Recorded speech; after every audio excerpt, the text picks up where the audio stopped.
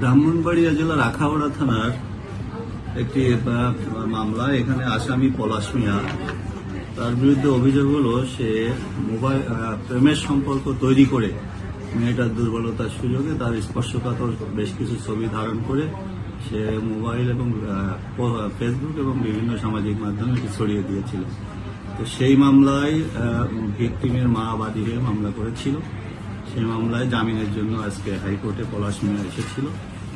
তো তার মামলা হিয়ারিং শুনে এবং আমাদের সরকার পক্ষের বক্তব্য শুনে কোর্ট সন্তুষ্ট হয়ে আসামিকে সরাসরি কোর্ট থেকে পুলিশে সোপর্দ করেছে।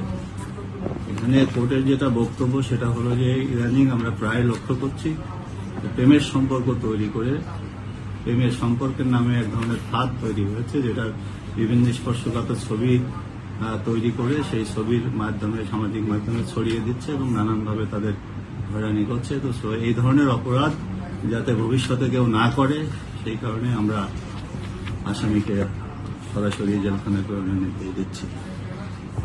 কোর্ট কি বলেছে? কোর্টের ভিউটা কি?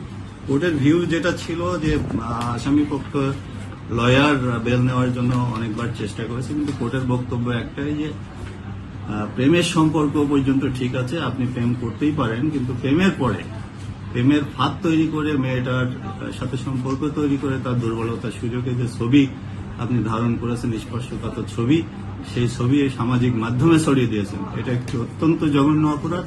সুতরাং এই অপরাধ থেকে আসামি কোনোভাবে নিষ্কৃতি পেতে পারে না, কাজে আমরা সরাসরি এখান থেকে পুলিশের প্রেরণ করার নির্দেশ দিচ্ছি। মানে কোর্ট কেন এটাকে জঘন্য অপরাধ মনে করছে? এটা জঘন্য অপরাধ এই কারণেই কোর্ট মনে করছে যে এটা সামাজিক এই ফেসবুকের ব্যবহারের যে অপব্যবহার, ফেসবুক ব্যবহারের নামে যে অপব্যবহারটা হচ্ছে, নানানভাবে মানুষের সাথে প্রতারণা করছে। প্রেমের সম্পর্ক তৈরি তার অন্যতম একটি উদাহরণ। সম্পর্ক তৈরি করে মেয়েটার সরলতার সুযোগে এ ধরনের ছবি সংগ্রহ করে ফেসবুকে ছড়িয়ে দিচ্ছে এবং নানানভাবে তাদেরকে হয়রানি করছে।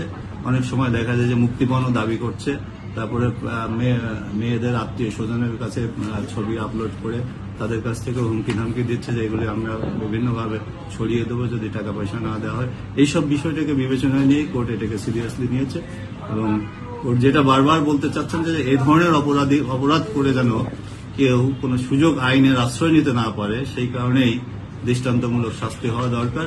এইভাবে কোর্ট সরাসরি পুলিশে সোপর্দ করেছে। আচ্ছা, এই ছেলেটা অপরাধটা কি? মানে সে কি করেছে? তার বিরুদ্ধে অপরাধ কি অভিযোগ এসছে? এফআইআর এর অভিযোগ হলো একটি মেয়ের সাথে সম্পর্ক সে তৈরি করেছে, মোবাইলের মাধ্যমে পরিচয়ের মাধ্যমে সম্পর্ক তৈরি করে আস্তে আস্তে তার সাথে ঘনিষ্ঠতা হয়েছে এবং ঘনিষ্ঠতার পর্যায়ে তার বেশ কিছু ছবি সংগ্রহ করেছে। সেই ছবিগুলি পরবর্তী সময়ে বিভিন্ন পোস্ট করে ফেসবুক এবং বিভিন্ন মিডিয়ায় ছড়িয়ে দিয়েছে এবং আরও ছড়িয়ে দিবে বলে হুমকি ধামকি প্রদর্শন করেছে তার আত্মীয় স্বজনের কাছে। বাধ্য হয়ে ভিকটিমের মা মামলাটি দায়ের করেছে এবং সেই মামলায় সে এখানে এসে আদালতে এই আবেদন করে।